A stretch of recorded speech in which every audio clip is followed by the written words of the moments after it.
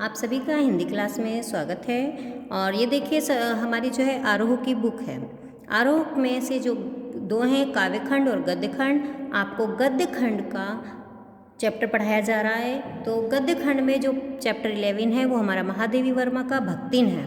तो इसमें सबसे पहले हम आपको महादेवी वर्मा के बारे में संक्षेप में बता रहे हैं। तो महादेवी वर्मा का जन्म सन 1907 ईस्वी में उत्तर प्रदेश के फर्रुखाबाद शहर में हुआ था। इनकी प्रमुख रचनाएं हैं दीपशिखा और यामा। ये दोनों क्या हैं? दीपशिखा और यामा हमारे काव्य संग्रह हैं। फिर है श्रृंखला की कड़ियाँ, आपदा, भारतीय संस्कृति के स्वर, संकल्पिता। ये जो है हमारे निबंध संग्रह हैं। इसके बाद है अतीत के चलचित्र, स्मृति की रेखाएं, पथ के साथी, मेरा परिवार। ये जो इनकी रचनाएं हैं वो संस्मरण और रेखाचित्र हैं। इनकी भाषा जो है सरल, सहज, प्रवाह युक्त तथा लोक भाषा के शब्दों का इन्होंने प्रयोग किया है। इनको जो है पुरस्कार प्राप्त हुए हैं। एक तो ज्ञानपीठ पुरस्कार मिला हुआ है इन्हें, और एक भारत भारती और पद्म भूषण। इनकी मृत्यु सन 1987 में इलाहाबाद में हुई थी। यहाँ पर हम शॉर्ट में लिख सकते हैं कि इनका जन्म और मृत्यु का सन हम यहाँ पर लिख सकते हैं, जिससे कि हमें याद रहे। तो अब हम चलते हैं चैप्टर के सार की ओर।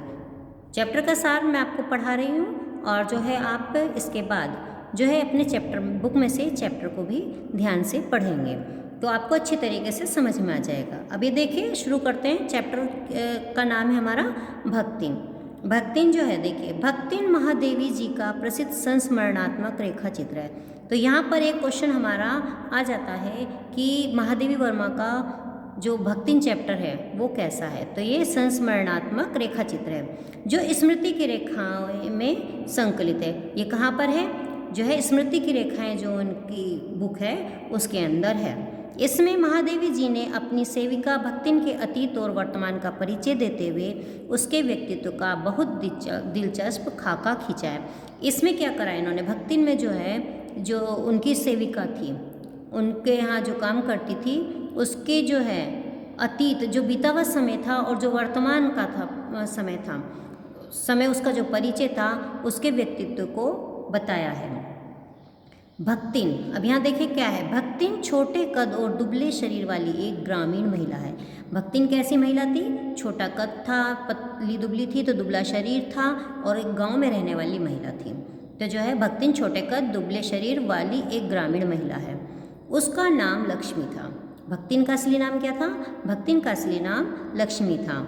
उसने अपनी स्वामिनी से प्रार्थना की कि उसके नाम का प्रयोग न किया जाए। उसने अपनी जो है अपने को जो है बताने के लिए उसे प्रार्थना की थी। किससे प्रार्थना की थी? महादेवी वर्मा से प्रार्थना करी थी कि उसके नाम का प्रयोग ना करे, तो कोई और नाम दे दें, लेकिन जो है अपना नाम छिपाने के लिए कहा था। अतः उसकी कंठी माला को देखकर लेखिका ने उसका नाम भक्तिन रख दिया था। तो महादेवी वर्मा ने उसका नाम भक्तिन क्यों रखा था? क्योंकि उसके गले में माला पड़ी हुई थी, एक जो है तुलसी की माला पड़ी हुई थी, तो इसलिए जो है मोतियों की माला देखकर उसने उसका नाम भक्तिन रख दिया था। भक्तिन झूसी गांव के एक अहीर की इकलौती बेटी थी। भक्तिन कौन थी? भक्तिन झूसी गांव के एक अहीर था, उसकी अकेली लड़की थी। 5 वर्ष की आयु में इनका विवाह कर वह सौतेली माता ने 9 वर्ष की आयु में गोना करके अपना कर्तव्य पूरा कर दिया था। भक्तिन की शादी कब हो गई थी? 5 साल की उम्र में, और सौतेली माँ ने जो है 9 वर्ष की आयु में उसका गोना करके अपने कर्तव्य को पूरा कर दिया था। पिता की मौत के बाद भक्तिन के बुरे दिन शुरू हो गए थे। जब उसके भक्तिन के पिता की डेथ हो गई थी, तो जो है तभी से भक्तिन के जो है बुरे दिन शुरू हो गए थे। पिता की मौत का समाचार न मिलने और सौतेली माँ के व्यवहार के कारण उसका मायके से संबंध लगभग टूट गया था। जब पिता की मौत हो गई थी तो उसका भी समाचार उसे पता नहीं चला था कि कब उसके पिता की मौत हुई थी, और सौतेली माँ उसके साथ अच्छा व्यवहार नहीं करती थी। इस वजह से उसका अपने घर से संबंध खत्म सा हो गया था। जीवन के दूसरे परिच्छेद में भक्तिन को सुख की अपेक्षा दुख ही मिला। जो दूसरा उसका शादी के बाद का जो है उसका अध्याय शुरू हुआ है उसके जीवन में, तो उसमें सुख की अपेक्षा उसे दुख ही ज़्यादातर मिले हैं। उसकी दोनों जेठानियों के यहाँ पुत्र और भक्तिन के यहाँ 3 लड़कियाँ होने के कारण उसे सास और जेठानियों के ताने सुनने पड़ते थे। इसमें जो है उसे जो है परेशान, शादी के बाद जो है जेठानियों के लड़के थे तो जो, और इसके भक्तिन के पास केवल 3 लड़कियां थी, तो इसलिए उसे सास और जेठानियों के ताने भी सुनने पड़ते थे। खाने पीने और पहनने ओढ़ने में भी भेदभाव उसके साथ किया जाता था। तो खाने पीने में भी और पहनने ओढ़ने में भी उसके साथ भेदभाव किया जाता था। दुख के समय में भक्तिन को थोड़ा सुकून यह था कि उसका पति उससे प्रेम करता था। उसके प्रेम के बल पर ही भक्तिन ने बंटवारा करके अलग गृहस्थी बसा ली थी। मेहनती होने के कारण उन्होंने उसे और बढ़ा लिया। भक्तिन जो क्या थी, बहुत अधिक मेहनती थी, इसलिए इसने अपने जो है काम को बढ़ा लिया था। बड़ी लड़की के विवाह के बाद 2 लड़कियों और 29 साल की भक्तिन को छोड़कर उसने संसार से विदा ली। बड़ी लड़की की शादी के बाद जो है 2 लड़कियां, और जो उस समय भक्तिन की उम्र 29 साल की थी, तो जो है उसका पति भी मर गया था। आज बूढ़ी हो चुकी भक्तिन अपने मरे हुए पति को बूढ़ा कहकर संबोधित करती है। इस समय जो है, जब वो महादेवी वर्मा कह रही है कि इस समय भक्तिन जो है बूढ़ी हो चुकी है, उसका पति मर चुका है, लेकिन फिर भी आज भी वो उसे बूढ़ा कहकर संबोधित करती है। परिवार वालों द्वारा शादी के दूसरे प्रस्ताव को ठुकरा कर उसने अपने केश कटवा, गुरु मंत्र लेकर कंठी माला पहन ली। और उसने क्या किया, भक्ति ने क्या, परिवार वाले जो है उस पर दूसरी शादी का दबाव डाल रहे थे, लेकिन उसने दूसरी शादी ना करी और अपने केश कटवाकर गुरु मंत्र लेकर और गले में माला पहन ली थी। दोनों लड़कियों की शादी कर बड़े दामाद को घर जमाई बना लिया। उसने जो है बची हुई जो दोनों लड़कियां थी, दोनों लड़कियों की भी शादी करके और जो बड़ा दामाद था उसको घर जमाई बना लिया था। तीसरे परिच्छेद में, मतलब 2 उसके बाद शादी के बाद जो है उसने लड़कियों की शादी कर दी, यहाँ तक एक इसका ख़त्म हो गया। उसके बाद दूसरा जो शुरू हुआ था, तीसरे परिच्छेद में भी दुर्भाग्य ने भक्तिन का साथ नहीं छोड़ा। बड़ी बेटी विधवा हो गई, जो बड़ी बेटी थी उसकी विधवा हो गई। भक्तिन के जेठ के लड़के ने अपने तीतरबाज साले का विवाह अपनी कुटिल चालों से भक्तिन की विधवा बेटी से करा दिया। जो उसका जो है बड़ी बेटी थी, तो वो जो है उसका भी पति मर गया था, और भक्तिन के जो जेठ के लड़के थे उन्होंने भी उसकी शादी अपनी चालों के जरिए, तीतरबाज जो साला था उससे करा दी थी। भक्तिन की जो बेटी विधवा हो गई थी, बड़ी बेटी जो विधवा हो गई थी, उससे शादी करा दी। अब परोक्ष रूप से जेठों का ही भक्तिन की संपत्ति पर अधिकार हो गया। भक्तिन को नया दामाद फूटी आंख न सुहाता था। भक्तिन की सारी संपत्ति घर के झगड़ों में समाप्त हो गई थी। तो जो है, जब घर में लड़ाई झगड़ा होता है तो कहते हैं कि चाहे कितनी भी संपत्ति हो, वो भी धीरे धीरे करके खत्म हो जाती है। लगान न देने के कारण अपमानित हुई भक्तिन कमाई के विचार से शहर चली आई थी, और जो ये लगान नहीं दे पाए थे तो इसलिए उसे अपमान महसूस हुआ। तो भक्तिन जो है अपने पैसों के लिए जो है वो शहर आ गई थी कि कुछ काम करके पैसे जुटा लेगी। घुटी हुई चांद, मैली धोती और गले में कंठी माला पहने जब भक्तिन लेखिका के पास नौकरी के लिए आई, तो उसने बता दिया कि वह रोटी बनाना, दाल भात रांधना, सब्जी छोंकना आदि सब कार्य जानती है। उसने बता दिया था। यहीं से भक्तिन के जीवन का चौथा अंतिम परिच्छेद शुरू हुआ। तो जब वो महादेवी वर्मा के पास से आई थी, तो उसका कौन सा जीवन का कौन सा परिच्छेद शुरू हुआ था? चौथा और आखिरी परिच्छेद शुरू हुआ था। प्रातः होते ही नहा धोकर पूजा अर्चना करके चौके की सीमा निर्धारित कर खाना बनाना शुरू कर देती थी।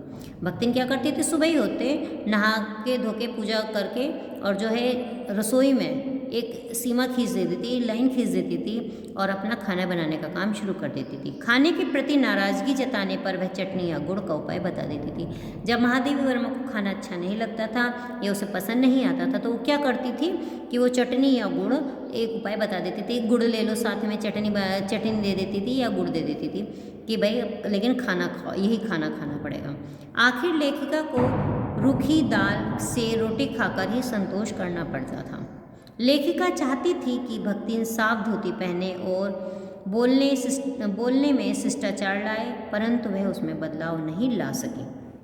महादेवी वर्मा ये चाहती थी कि भक्तिन जो है ये जो गंदी सी धोती पहनती है, ये ना पहन के साफ़ सुथरी धोती पहने और बोलने में भी जो है अच्छे शब्दों का प्रयोग करे, शिष्टाचार युक्त शब्दों का प्रयोग करे। लेकिन जो है भक्तिन बिल्कुल नहीं बदलती थी। अच्छाइयों के बीच भक्तिन में कुछ बुराइयाँ भी थी। दे दिया यहाँ पे कि हर व्यक्ति में अगर कुछ अच्छाई कोई भी व्यक्ति सर्वगुण संपन्न नहीं होता है तो उसमें बहुत अधिक अच्छाइयाँ थी, लेकिन उसके बीच में भी कुछ उसके अंदर भी बुराइयाँ थी। वह लेखिका को खुश करने के लिए झूठ भी बोलती थी। वो लेखिका को खुश करने के लिए झूठ भी बोल देती थी। लेखिका के उसके सिर मुंडाने पर, ऐतराज़ उठाने पर उसने सुनी सुनाई बातें बताकर लेखिका को शांत कर दिया था कि वो जो है सुनी सुनाई बातें बता देती थी और शांत कर देती थी। वह स्वयं पढ़ी लिखी नहीं थी और अब हस्ताक्षर करना भी सीखना नहीं चाहती थी। वो तो खुद भक्तिन जो है पढ़ी लिखी नहीं थी और ना ही वो कुछ सीखना चाहती थी। भक्तिन को इस बात का गर्व था कि उसकी मालकिन जैसा काम कोई नहीं जानता। उसे बहुत अधिक गर्व था कि जितना मतलब महादेवी वर्मा जो उसकी मालकिन थी उतना काम वो कर जानती हैं, उतना कोई और नहीं जानता। भक्तिन सेवा भाव में हनुमान को भी पीछे छोड़ती थी। भक्तिन के अंदर अपने मालिक के प्रति इतना सेवा भाव था कि वो हनुमान जी को भी पीछे छोड़ देती थी। देर रात तक अगर लेखिका जागती थी तो भक्तिन भी जागती थी। उदाहरण दिया इन्होंने कि अगर बहुत देर तक लेखिका जागती थी तो भक्तिन भी साथ में जागती रहती थी और सुबह उससे पहले ही जाग जाती थी और उसके उठने से पहले उठ जाती थी। एक बार युद्ध के समय उसके बेटी दामाद उसे लेने आए तो उसने लेखिका का साथ छोड़ने से भी मना कर दिया। वो इतनी ज़्यादा महादेवी वर्मा को पसंद करने लगी थी कि जब एक बार उसके बेटी दामाद उसे लेने के लिए आए थे तो भी उसने महादेवी वर्मा का साथ छोड़ने के लिए मना कर दिया था। भक्तिन लेखिका के पास आने वालों को उनकी वेशभूषा और बिगड़े हुए नाम से पहचानती थी। जो महादेवी वर्मा के पास लोग आते थे, भक्तिन उन्हें जो है उनकी वेशभूषा देखकर आका उनके जो है क्या पहन रखा है, कैसे है क्या, और उन्हीं से जो उसके नाम बिगड़े हुए नाम से पहचानती थी। भक्तिन जेल से बहुत डरती थी। भक्तिन जेल कहता था, अगर कोई कह देता था कि जो तुम्हारी मालकिन है इनको जेल होएगी तो वो जेल से बहुत डरती थी। और जो है लेकिन वह लेखिका के साथ जेल जाने को भी तैयार थी। जेल से डरती थी लेकिन अगर कोई कह देता था कि मालकिन तुम्हें जेल जाएगी तो वो मालकिन के साथ जेल जाने को अकेली नहीं भेजने की, मैं भी साथ में चलूँगी। लेखिका सोचती है कि यदि ऊपर से बुलावा आ गया तब क्या होगा, वहाँ तो कोई साथ नहीं जा सकेगा, तब इस देहातीन वृद्धा पर क्या बीतेगी। देखिए, आशा है आपको चैप्टर समझ में आ गया होगा और जो है आप इसको वीडियो को देखने के बाद चैप्टर की रीडिंग अवश्य करें।